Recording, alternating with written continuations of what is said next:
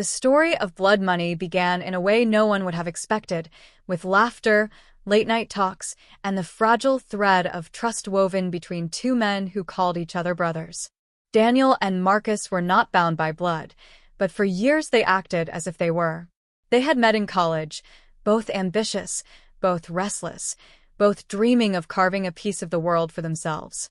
Daniel, sharp-minded and meticulous, had the kind of charm that made people listen.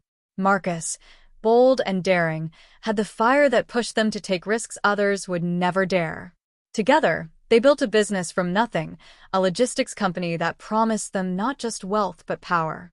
At first, their bond seemed unbreakable. They spent nights drawing plans on scraps of paper, chasing investors who would barely give them a second glance, and celebrating small victories as if they had conquered kingdoms. Daniel had the brains to keep the company steady, while Marcus had the hunger to expand, to take it further and faster than anyone thought possible.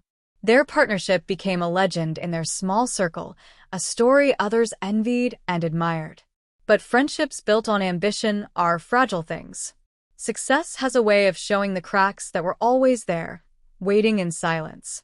The company grew faster than they could have dreamed. Contracts rolled in, money flowed, and suddenly they were dining with politicians, shaking hands with men who had power in places the public never saw. Daniel, cautious by nature, wanted to expand carefully to ensure their empire had a strong foundation. Marcus, restless and impatient, wanted everything now. When Daniel hesitated, Marcus called it fear. When Marcus pushed, Daniel called it recklessness. What began as disagreements over strategy grew into silent grudges and whispered suspicions. It was Marcus who first betrayed. He found backdoor deals, secret channels of money that bypassed Daniel completely. He justified it to himself. He deserved more for carrying the company into bigger, riskier arenas. But greed does not sit quietly. It grows, gnaws, and eventually devours everything. Daniel discovered the truth not in a dramatic confession, but in the cold lines of a financial statement. Millions had been moved without his knowledge. Shell companies had been created, deals made under the table. Marcus had cut him out slowly, piece by piece, until Daniel's authority was nothing but a signature on documents Marcus had already decided. Betrayal burned hotter than fire. Daniel confronted him, but Marcus laughed it off, called it business, told him to grow up and accept the way the world worked. But Daniel knew then that their friendship had been nothing more than a mask, a performance that Marcus wore until it no longer served him. The laughter, the brotherhood, the long nights of planning, all fake.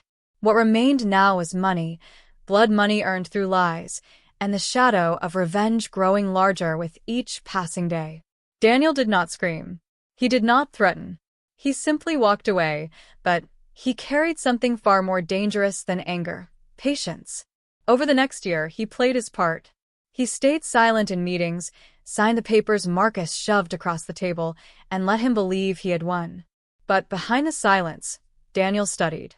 He traced Marcus's network, learned every secret deal, every bribe, every name Marcus trusted. He found not only where the money went but also the enemies Marcus had made along the way. Men who had been cheated, families who had been ruined, associates who had been discarded like trash once their usefulness had ended. Revenge, Daniel learned, did not have to be rushed. It had to be precise. It began with whispers.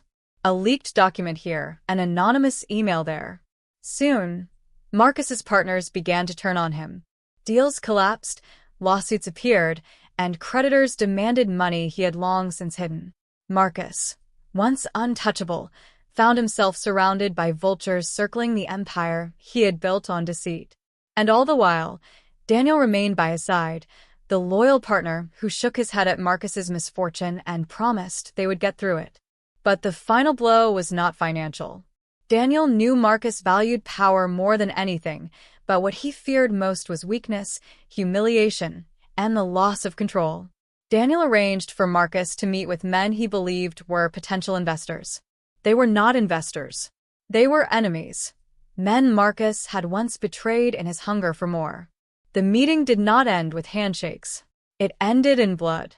When the police found Marcus's body in a warehouse on the edge of a city, stripped of his watch, his rings, his expensive shoes, the world whispered about robbery.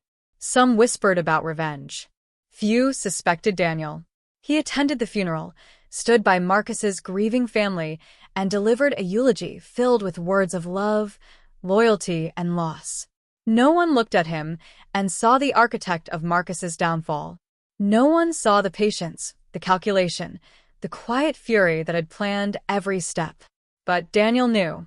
He walked away from the grave with a calm that only comes when justice, twisted as it may be, is done. He had not only avenged the betrayal but ensured Marcus's legacy was destroyed. The company was as now, cleansed of Marcus's name, rebuilt in his image. The story that people told was of two friends who had risen together, only for fate to strike one down. But beneath the polished version whispered in boardrooms and bars lay the darker truth, that friendship built on greed was never friendship at all, and that blood money always demanded payment in kind. Daniel never admitted his role, not to anyone. But late at night, when he sat in his office and stared at the empire he now controlled, he sometimes smiled. Not with joy, not with pride, but with the satisfaction of a man who had waited, watched, and taken everything back with his own hands. The world called it tragedy. Daniel called it justice. And in the silence of his thoughts, one truth echoed louder than all others. Betrayal is always expensive, and someone always pays the price in blood. Got it. Let me take the story deeper, layer by layer, giving more life to Daniel's silent vengeance and Marcus's unraveling. I'll expand it into a longer flowing narration with more detail, atmosphere, and psychological intensity. Daniel remembered the exact moment when his trust in Marcus broke. It was not the numbers on the ledger alone, though they had screamed of theft. It was the smug expression Marcus wore when Daniel finally confronted him, a look that said he had been underestimated, that Daniel had been nothing more than a stepping stone on his climb to the top. "We're rich because of me," Marcus had said, leaning back in his chair, drink in hand, voice dripping with arrogance. "You'd still be some middle-class dreamer without me.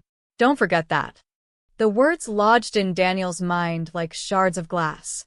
For years afterward, he replayed them in silence, each repetition sharpening the blade of his resentment. He had given Marcus loyalty, protected him in meetings when his temper ran too hot, smoothed over scandals when Marcus's recklessness left scorched earth behind. And this was the reward. Marcus thought betrayal ended in a single act, a signature on a hidden contract, a bank transfer to an offshore account. But Daniel knew betrayal lingered. It spread like poison, slow, unseen, until it consumed everything. The public saw Marcus as untouchable. He strutted through the city with the swagger of a king, gold watch glinting under restaurant lights, women on his arm, politicians whispering in his ear. What they didn't see was the rot beneath the shine, the double deals, the enemies stacking up behind polite smiles. Marcus believed money bought loyalty. Daniel knew better. Money bought silence. And silence could break. So Daniel became the ghost behind Marcus's empire. He kept his head low, let Marcus enjoy the stage, and studied. He sat in meetings, eyes sharp while his mouth stayed shut. He followed the trail of Marcus's arrogance, noted every cut corner, every bribe, every man Marcus had used and discarded. The picture he assembled was not just of a corrupt partner, but of a man surrounded by a powder keg he didn't even realize he had built. And Daniel had the match. It started with whispers. Anonymous emails to journalists, carefully timed leaks of contracts that showed irregularities. Nothing that pointed back to Daniel. Just enough to make Marcus sweat. Investors grew cautious. Politicians, who had once smiled at Marcus's jokes, began avoiding his calls. At first, Marcus raged, broke glasses in his office, accused competitors of sabotage. Daniel stood beside him, steady and sympathetic, hiding the satisfaction that curled in his chest. Then Daniel went further. He fed Marcus false leads, opportunities that seemed too good to pass up. A shipping deal with men who had already sworn revenge. A private loan from financiers who had been ruined years earlier by Marcus's deceit. Marcus, blinded by his own greed, walked right into every trap. Each move Daniel made was surgical. He didn't want Marcus destroyed in a single blow. That would have been mercy. No. Marcus had to feel the ground crumble beneath him piece by piece. He had to feel powerless. And he did. By the second year, Marcus looked older. The swagger dulled, his sharp suits ill-fitted on a body that carried too much tension. He slept less, trusted no one, and drank more. Even his laughter, the loud, booming sound that had once commanded attention, became hollow. The empire was slipping from his fingers, and he couldn't understand how. That was the sweetest part for Daniel. Watching Marcus search desperately for the traitor, never once suspecting the man who still poured his drinks, still sat beside him at board meetings, still called him brother in public. When Marcus finally realized the extent of his ruin, it was too late. The debts were real, the enemies were closing in, and the empire had collapsed into ruins. The final act came in a warehouse lit by a single flickering bulb. Marcus had come expecting salvation, a final deal, a chance to climb out of the pit. What he found were men he had betrayed years earlier, faces hardened by time and hate. The confrontation didn't last long.